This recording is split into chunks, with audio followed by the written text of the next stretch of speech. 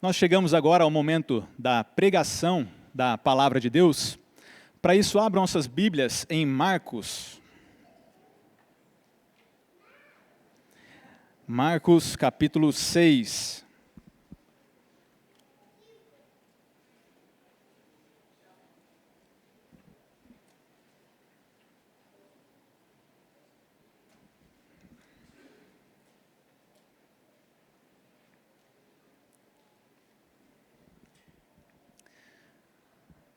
Farei a leitura do Evangelho segundo Marcos, capítulo 6, versos 30 a 34. Acompanhe com fé a leitura da palavra de Deus. Está escrito: Voltaram os apóstolos à presença de Jesus e lhe relataram tudo quanto haviam feito e ensinado. E ele lhes disse: Vinde repousar um pouco, à parte, num lugar deserto, porque eles não tinham tempo nem para comer, visto serem numerosos os que iam e vinham. Então foram sós no barco para um lugar solitário. Muitos, porém, os viram partir e, reconhecendo-os, correram para lá, a pé, de todas as cidades, e chegaram antes deles. Ao desembarcar, viu Jesus uma grande multidão e compadeceu-se deles, porque eram como ovelhas que não têm pastor, e passou a ensinar-lhes muitas coisas. Até aqui a leitura da palavra de Deus. Oremos. Senhor nosso Deus, bondoso e gracioso, te damos graças porque o Senhor dispôs o nosso coração a atender a convocação de estarmos aqui hoje para cultuarmos o teu nome. Te damos graças porque bendizemos a Ti através dos nossos louvores, de nossas ofertas. Agora, ó Deus, rogamos a Ti, queira falar conosco por meio das Escrituras Sagradas. Nós nos lembramos da Tua palavra que conta sobre aqueles discípulos lá no caminho de Emaús, quando o próprio Senhor Jesus falava com eles, ardia-lhes o coração. Que assim seja nesta noite, ó Deus, aqueça os nossos corações pela Sua palavra. Que o Senhor possa fortalecer aqueles que talvez estejam desanimados. Sim, que o Senhor possa consolar, corrigir-nos, ó Deus, naquilo que necessitarmos. Ó Pai, glorifica o Teu nome, edifica a Tua igreja na ministração da Tua palavra, exalta o Teu Filho Jesus Cristo. É o que nós te pedimos, em nome dEle. Amém. Os irmãos podem se assentar.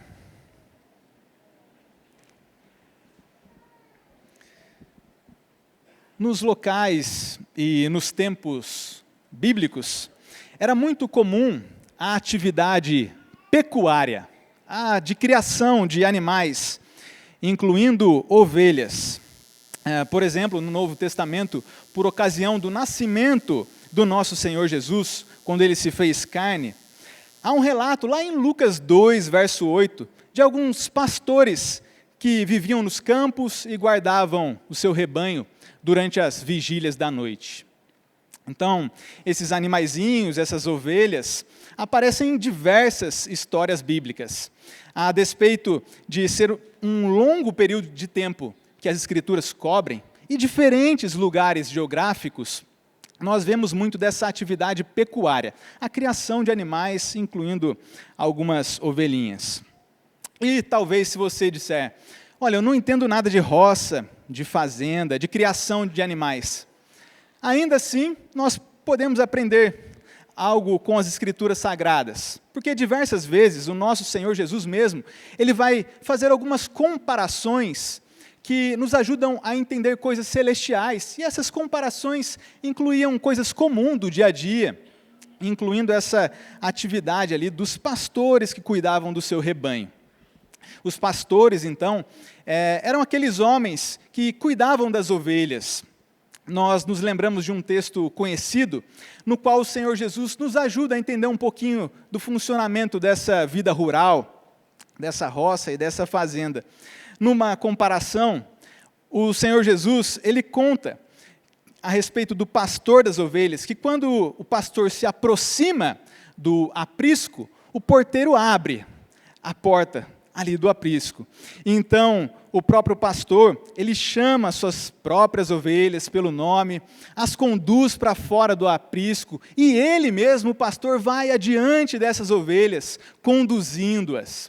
Essa é a atividade pastoral, uma atividade muito comum nos tempos, lugares bíblicos. No Antigo Testamento, nós também temos algo dessa atividade rural.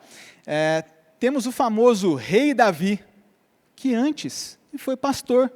Lembram-se lá daquele irmão esquecido que estava pastoreando o rebanho? Sim, o próprio Davi.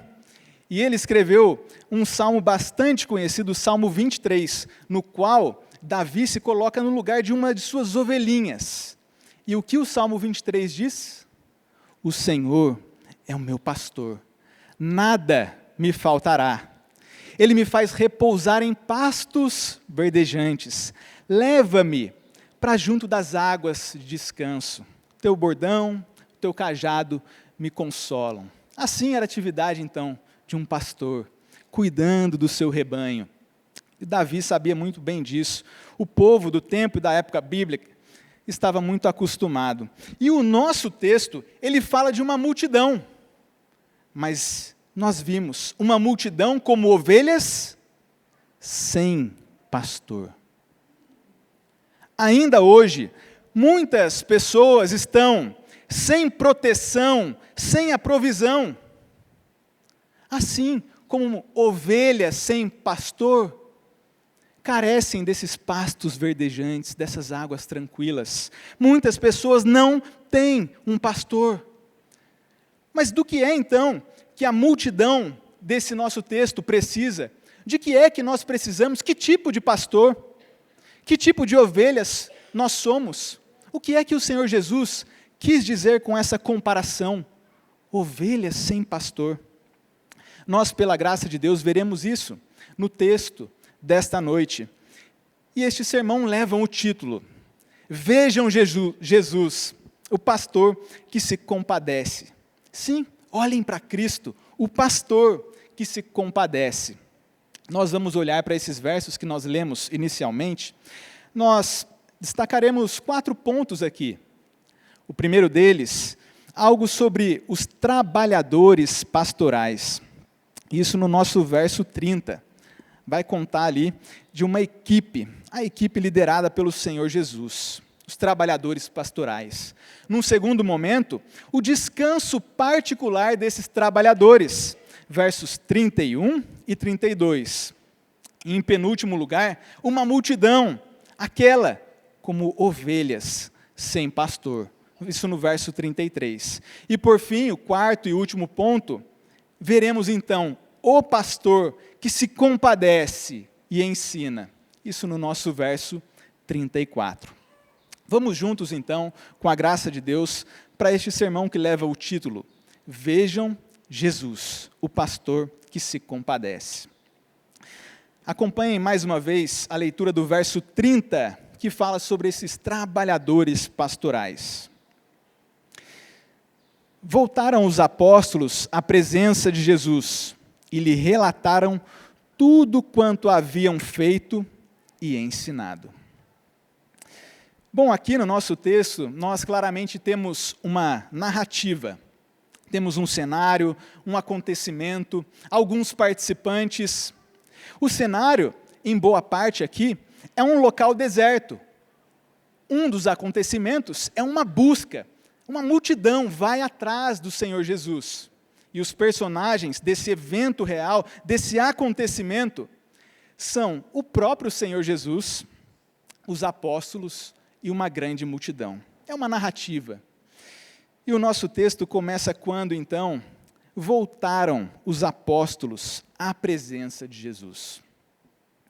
Esses são os 12 homens chamados por Jesus e enviados por ele de 2 em 2. O início do nosso capítulo conta a respeito desses 12 homens. Lá no verso 12 e 13, diz que, saindo eles, pregavam ao povo que se arrependesse, expeliam muitos demônios e curavam numerosos enfermos, ungindo-os com óleo. E saíram então de 2 em 2, aquelas 6 duplas, os apóstolos. E quando eles retornaram, o nosso texto diz que relataram ao Senhor Jesus tudo quanto haviam feito e ensinado. Aquele pequeno grupo traz então um relatório, por assim dizer, ao nosso Senhor que os enviou. Eles contam das coisas que fizeram, das coisas que ensinaram. E é bem interessante a gente observar que o próprio Senhor Jesus, no verso 34, também estará ensinando. E uma comparação bíblica que nós vemos com frequência é a comparação entre o ensino e o pastoreio. Aquele grupo fechado, bem definido ali, de 12 homens, os 12 apóstolos que estavam em fase preparatória, exercia, além de suas especificidades, a tarefa de pregar, de ensinar. E, para um motivo didático, nós podemos considerá-los, então, como alguns pastores, uma equipe pastoral, por assim dizer. E como a gente sabe dessa comparação, então, pastores e ensino? Desde o Antigo Testamento, nós podemos nos lembrar de Jeremias, lá no capítulo 3, verso 15, onde o Senhor Deus disse: dar-vos-ei pastores segundo o meu coração, que vos apacentem com conhecimento e com inteligência. Está vendo só? Aquela atividade rural de um pastor cuidando das suas ovelhinhas é usada em comparativo com aqueles que ensinam com conhecimento e inteligência. Assim, então, nós percebemos que os apóstolos, eles eram trabalhadores que exerciam, além de outras coisas, atividades de ensino, atividades pastoral, de pregar e de ensinar. Tanto é assim que nas Escrituras, nos eventos aqui relatados nos Evangelhos, nós vemos o Senhor Jesus falando com Pedro, depois que o próprio apóstolo havia traído, negado o Senhor Jesus. Qual que foi a segunda pergunta que o Senhor Jesus fez a Pedro, depois daquela traição e daquela negação? Tornou a perguntar-lhe pela segunda vez: Simão, filho de João, tu me amas? E Pedro, ele lhe respondeu: sim, Senhor, tu sabes que te amo. E o que o Senhor Jesus disse? Pastoreia as minhas ovelhas. João 21:16. Então aqui nós estamos diante de uma equipe pastoral, por assim dizer. Os apóstolos, esses trabalhadores encarregados de fazer muitas coisas em nome do Senhor Jesus, inclusive de ensinar. Então nós vamos caminhando por este sermão do Supremo Pastor que se compadece, e o que nós vemos a respeito dessa equipe é que a equipe trabalhou muito e necessitava então de um descanso particular. E é isso que mostra o nosso segundo ponto, nos versos 31 e 32. Acompanhem comigo. E ele, o Senhor Jesus, lhes disse: vinde repousar um pouco, à parte, num lugar deserto, porque eles não tinham tempo nem para comer, visto serem numerosos os que iam e vinham. Então, foram sós no barco para um lugar solitário. Depois de uma longa jornada de trabalho, tendo aqueles 12 trazido o relatório ao Senhor Jesus, o Senhor então os convida, os chama, os convoca para o descanso num lugar deserto. E daqui nós aprendemos, a título de aplicação ou implicação, que o trabalho deve, sempre que possível, terminar em descanso e apreciação. Vocês repararam nisso? É uma narrativa, mas é o próprio Senhor Jesus quem, depois de um longo trabalho, está chamando os seus trabalhadores ao descanso. Venham descansar. O trabalho deve resultar em descanso. E nós vemos isso à luz dos 10 mandamentos e de um modelo dado pelo próprio Deus. Se vocês recordarem, lá no 4º mandamento, há uma ordem explícita para que nós descansemos depois do trabalho. Há uma proporção ali de um dia de descanso para 6 de trabalho. Quando os 10 mandamentos são repetidos, lá em Deuteronômio, nós vemos que um dos objetivos é realmente o descanso. O 4º mandamento é para que o chefe, o marido, o homem da casa descanse, mas não só ele, mas também o servo e a serva, e a família toda. E a razão para esse 4º mandamento, para nós descansarmos depois de um longo trabalho, é um modelo encontrado no próprio Deus. Isso lá em Gênesis. Quando os 10 mandamentos foram dados pela primeira vez, e isso registrado em Êxodo 20, Moisés inclui ali a comparação de um mandamento de descansar e acrescenta que o Senhor abençoou o dia de sábado e o santificou, porque o Senhor fez os céus e a terra em 6 dias, mas no 7º dia ele descansou. O trabalho deve terminar em descanso. Quando a gente olha lá para o relato de Gênesis, nós vemos, nos 6 primeiros dias, Deus fala, Ele traz as coisas à existência, e então Ele termina com apreciação. Ele vê que tudo era bom, e depois que tudo era muito bom, apreciação. Mas há também pequenos intervalos de descanso, porque durante o dia Deus fala, e à noite há silêncio. Até que a gente chega no 7º dia, então, depois de terminadas as obras da criação, e nós vemos de modo didático que o próprio Deus, Ele descansou de todo o seu trabalho, santificou o 7º dia. Nós devemos, depois de uma longa jornada, apreciar, ver o nosso bom trabalho, capacitados por Deus, e descansar.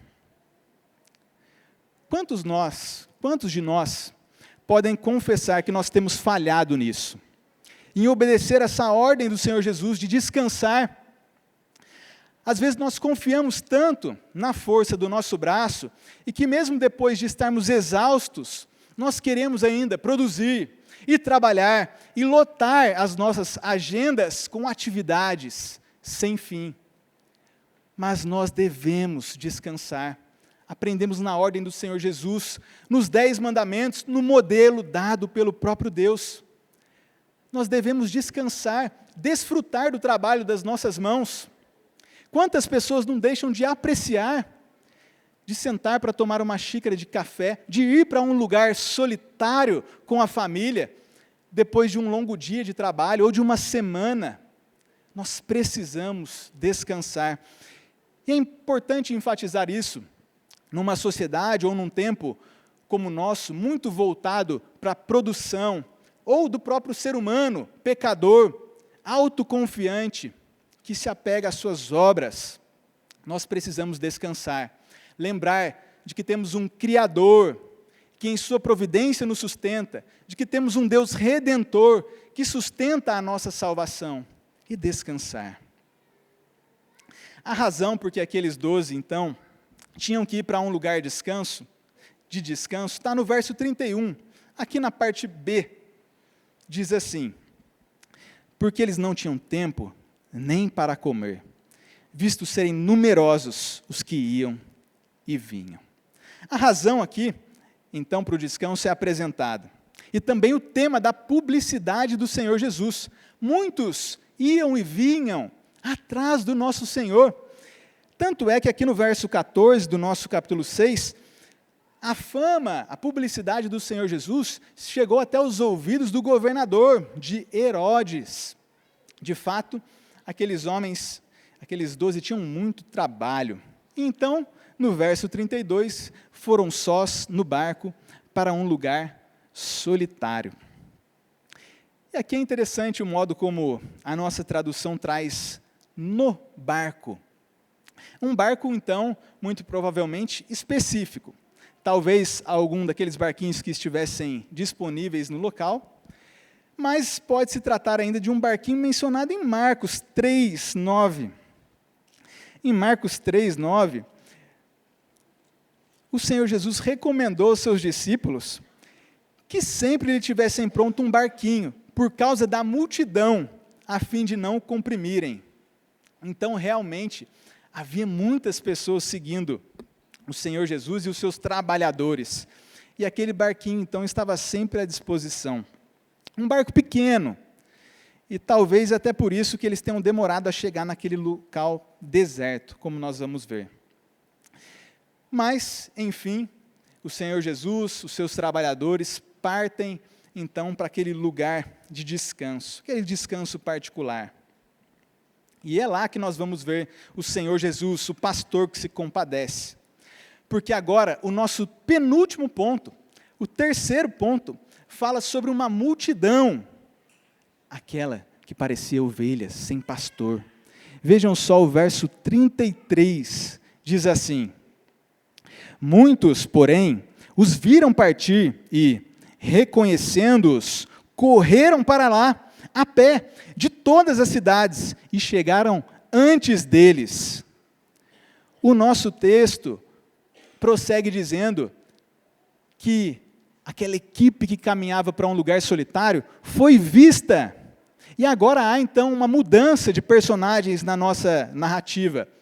Agora, Marcos, o escritor, passa a tratar daquela multidão, que no próximo versículo é comparada àquelas ovelhas sem pastor. Então, agora, nós vamos ver que essa multidão está prestes a se deparar com uma equipe pastoral. Mas há aqui algo que deve nos chamar a atenção. A solitude procurada pelo Senhor Jesus e pelos apóstolos está prestes a ser interrompida. Eles estão indo para um local deserto, mas uma multidão enxerga e corre para lá. É por isso que o nosso texto traz aqui a tradução. Porém, havia a expectativa dos apóstolos de descansar. O nosso Senhor Jesus, orquestrando toda aquela situação, ele convida os homens ao descanso. E aqueles homens, então, na expectativa. Mas há aqui quase que uma quebra de expectativa naqueles 12, como nós veremos. E por isso traz o porém. Há, na perspectiva humana aqui, uma mudança de planos, por assim dizer. E é interessante a gente observar isso, porque se no momento a gente falou do dever de descansar, aqui nós aprendemos sobre a necessidade de, em obediência a Deus e ao seu Filho Jesus, nós muitas vezes temos que mudar os nossos planos ou as nossas expectativas. Eles iam descansar, mas a multidão está vendo aquela equipe se encaminhando para o local deserto.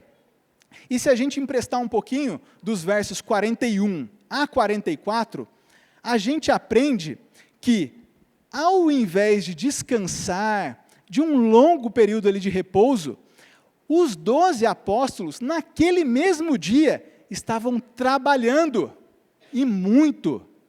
Vejam que quebra de expectativa, por assim dizer. Sondem agora os versos 41 a 44. Vocês vão ver que os apóstolos tiveram muito trabalho. Na verdade, eles foram responsáveis por distribuir alimentos a 5.000 homens. É trabalho demais.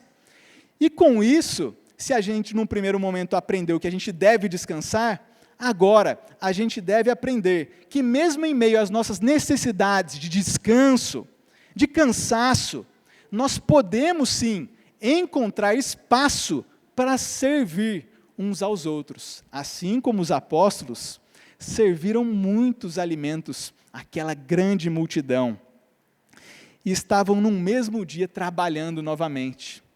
E mais, se a gente fosse sondar lá João, capítulo 6, verso 3, que trata do mesmo episódio, talvez aqueles 12 homens nem tenham descansado naquele dia, porque ao ler João, dá-nos a impressão de que logo, ao chegarem naquele local deserto, estavam o Senhor Jesus e os apóstolos envolvidos tanto no ensino, que nós vamos ver aqui, como na multiplicação dos pães, da qual nós não vamos tratar hoje. Mas talvez eles não tenham nem descansado.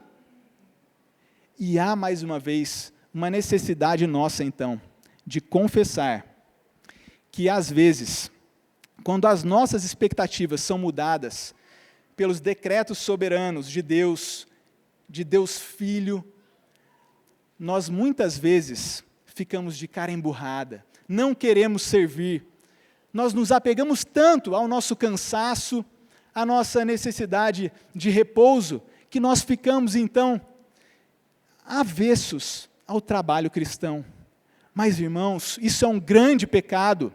Nós vamos ver aqui o Senhor Jesus, junto com a sua equipe pastoral, com compaixão daquela multidão.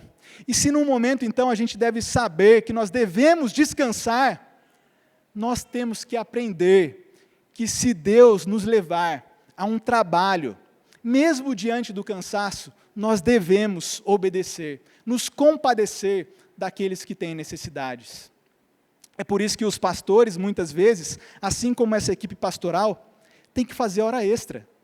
É dever da equipe pastoral, desses 12, dos presbíteros da igreja, descansar, mas há as prioridades também, de buscar em primeiro lugar o reino de Deus, de servir aos irmãos. E nós aprendemos isso com esse texto, quando nós emprestamos alguns versículos aqui, de que mesmo em meio ao cansaço, nós devemos servir, que existem prioridades do reino maiores do que a nossa necessidade de conforto. E agora, se a gente tivesse mesmo recorrido aqui a João, a gente não fez isso por conta do nosso tempo, mas talvez ia surgir uma aparente dificuldade, acredita? Quando a gente compara o escrito de Marcos com o de João, às vezes dá uma impressão de que Marcos fala que a multidão chegou primeiro que o Senhor Jesus, e João fala que a multidão chegou depois. Alguns usam essas aparentes diferenças nos relatos para poder dizer que a Bíblia está se contradizendo. Do tipo, olha só, Marcos diz que a multidão chegou primeiro, mas João diz que a multidão chegou depois. Então a Bíblia está se contradizendo. Meus queridos irmãos, se Deus nos iluminar, nós veremos que é muito óbvio. Não há qualquer contradição nos dois relatos. É muito provável que uma parcela da multidão tenha chegado primeiro e a outra parcela tenha chegado depois, como nós veremos aqui. E então, essas aparentes diferenças entre os relatos bíblicos, na verdade, não são prova, como dizem alguns, de que a Bíblia está se contradizendo. Na verdade, é falta de fé, é falta de um coração dado por Deus para olhar aquilo que é óbvio, de que os textos estão em harmonia. O que nós vemos aqui é mais uma prova de que as Escrituras são autênticas. Se a intenção dos escritores fosse fraudar, por exemplo, eles não iam deixar essas aparentes diferenças. Eles iam logo escrever um texto como se tivessem uma só perspectiva e mostrando que estavam de acordo. Mas não, essas aparentes diferenças que são elucidadas pelas próprias Escrituras mostram que os textos são autênticos e que um autor foi inspirado para mostrar uma parcela da multidão, enquanto o outro autor para mostrar a outra parcela.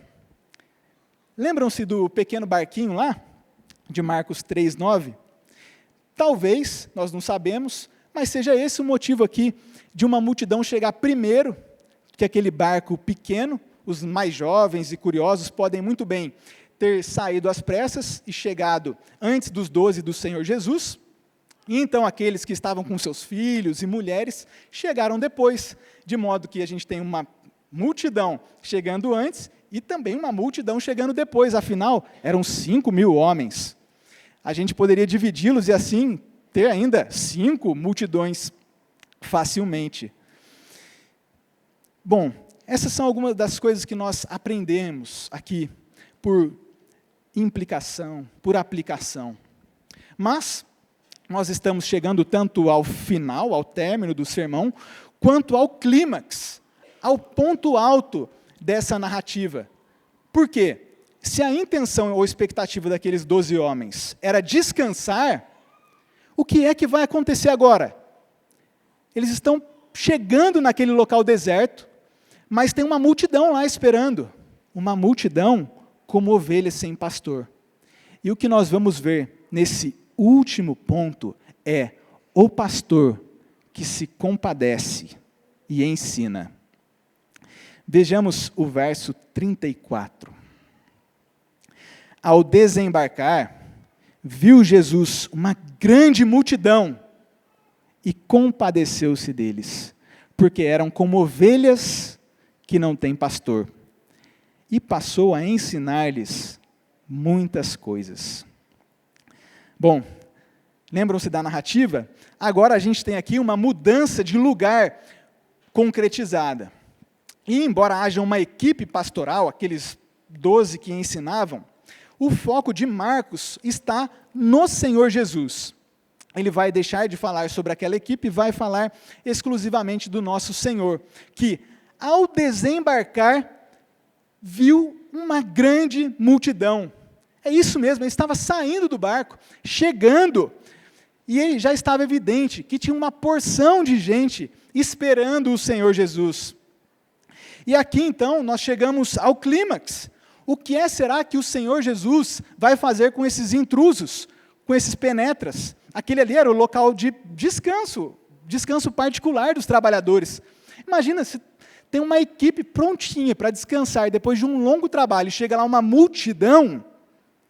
O que é que o Senhor Jesus vai fazer com esses penetras? E a resposta está aqui. E compadeceu-se deles. O clímax dessa história toda é resolvido no Senhor, que se compadece da multidão, em vez de insistir no descanso previamente anunciado. E a gente pode se lembrar que o Senhor Jesus ele está no controle da situação, assim como na multiplicação de pães, ele experimenta os seus discípulos, né, perguntando se eles têm pães, e os discípulos, que são essa pequena porção de pães para uma grande multidão. Jesus sabe bem, o nosso Senhor, Deus o Filho, sabe o que está para fazer. E ele sente compaixão daquela gente. E de fato, como nós já comentamos, o Senhor Jesus e até aquela equipe de 12 teria muito trabalho. Vejam o verso 44 aqui do nosso texto. Marcos diz que são 5.000 homens. Homens. Mateus esclarece que são 5.000 além de mulheres e crianças. Isso está em Mateus 14, verso 21. A gente poderia facilmente colocar aqui nessa soma de 5.000 homens e as suas famílias, poderia facilmente colocar 20.000 pessoas, porque nós bem sabemos que as famílias da época eram muito numerosas. 20.000, marido, mulher e filhos. 20.000 pessoas. Se a gente colocasse 20.000 em uma fila indiana, um atrás do outro, pensa só, façam uma fila aqui para receber os pães, ao invés de se assentarem na relva, né?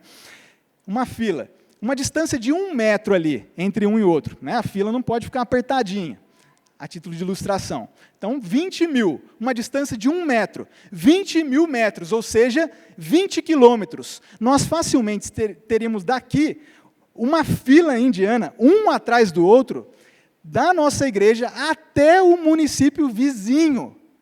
É muita gente, é muito trabalho para uma pequena equipe que estava cansada, sem tempo para comer. E aqueles homens iam distribuir os pães, alimentar uma grande multidão. Nós temos que aprender sobre o trabalho, mas nós temos que agora, a convite de Marcos, olhar bem para o Senhor Jesus. Porque o Senhor Jesus, olhando para aquela multidão, o que ele nos conta inicialmente é que ele se compadece porque eram como ovelhas que não têm pastor. Lembram-se de Davi, o rei, mas que também era pastor? Sobre o pastor que leva aos pastos verdejantes, águas de descanso. Essa multidão aqui estava sem pastor. E a força da comparação de um rebanho sem alguém para cuidar desse rebanho é muito evidente quando a gente olha, por exemplo, o texto do profeta Ezequiel. O profeta Ezequiel, escrevendo lá no capítulo 34, versos 2 a 5, ele diz assim: não apacentarão os pastores as ovelhas? A fraca não fortalecestes, a doente não curastes, a quebrada não ligastes, a desgarrada não tornastes a trazer, e a perdida não buscastes. Assim se espalharam, por não haver pastor, e se tornaram pasto para todas as feras do campo. Um rebanho sem pastor é um rebanho dado aos lobos, às feras do campo, pensando naquelas ovelhinhas indefesas, sem alguém para proteger, para nutrir. Então é uma comparação bastante forte para aquelas pessoas acostumadas com uma vida rural. E continuando ainda, nessa comparação, como é bom ter um pastor? Se coloque no lugar daquelas ovelhinhas, assim como Davi fez, falando sobre o Senhor, o nosso pastor. Se coloque no lugar das ovelhinhas. Uma certa vez, quando estavam buscando um candidato para duelar com Golias, quem estava lá? O próprio Davi, frágil, mas confiante na força do Senhor. E é curioso que Davi conta o que é que ele fez pelo rebanho dele. Como é bom ter um pastor. Quando Davi está apresentando o seu currículo, claro, capacitado por Deus, ele conta sobre 2 ocasiões em que ele fala que veio numa um urso e noutra um leão atacar o seu rebanho. E o que ele diz? Eu saí após ele e o feri, livrei o cordeiro da boca daquele animal. Levantando-se ele contra mim, agarrei-o pela barba, o feri e o matei. Vejam só, um pastor corajoso defende as suas ovelhas. Davi contando sobre essa ocasião, sobre o seu currículo, daquilo que Deus proporcionou, pegou nas barbas do animal, feriu, matou e pegou o cordeirinho de volta. Como é bom ter um pastor.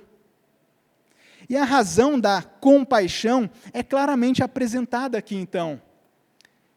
É um rebanho sem pastor.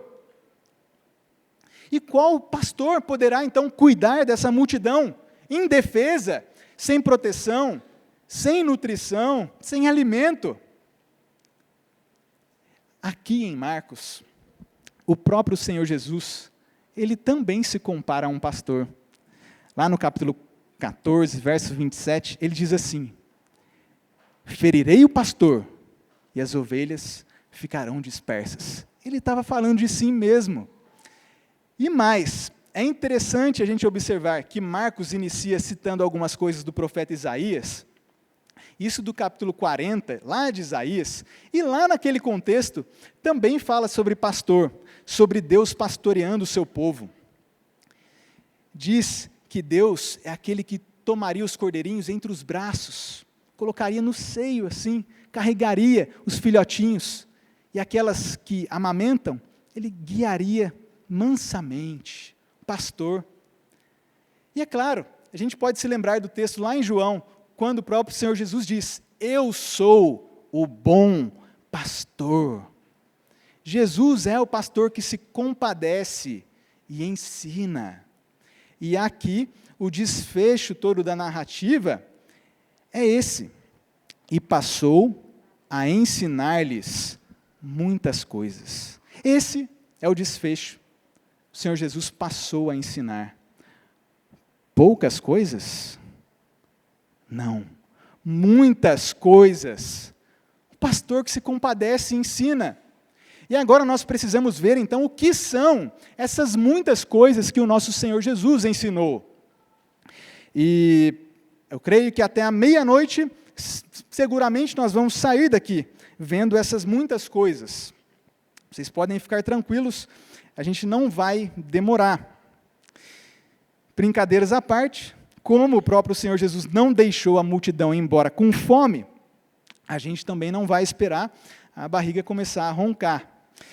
Nós, de fato, sairíamos alimentados pela palavra do nosso Deus, mas o nosso texto, ele não vai nos trazer aqui essas muitas coisas em extensão.